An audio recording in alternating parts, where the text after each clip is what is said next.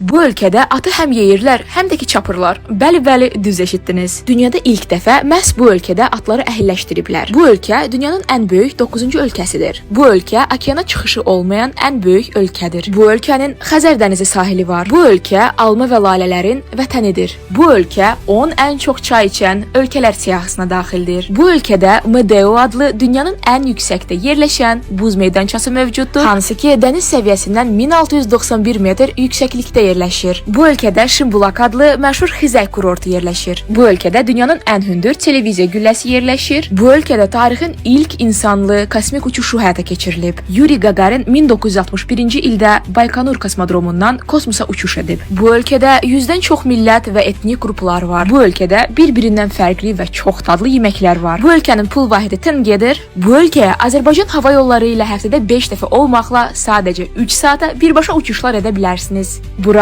Qazaxıstandır.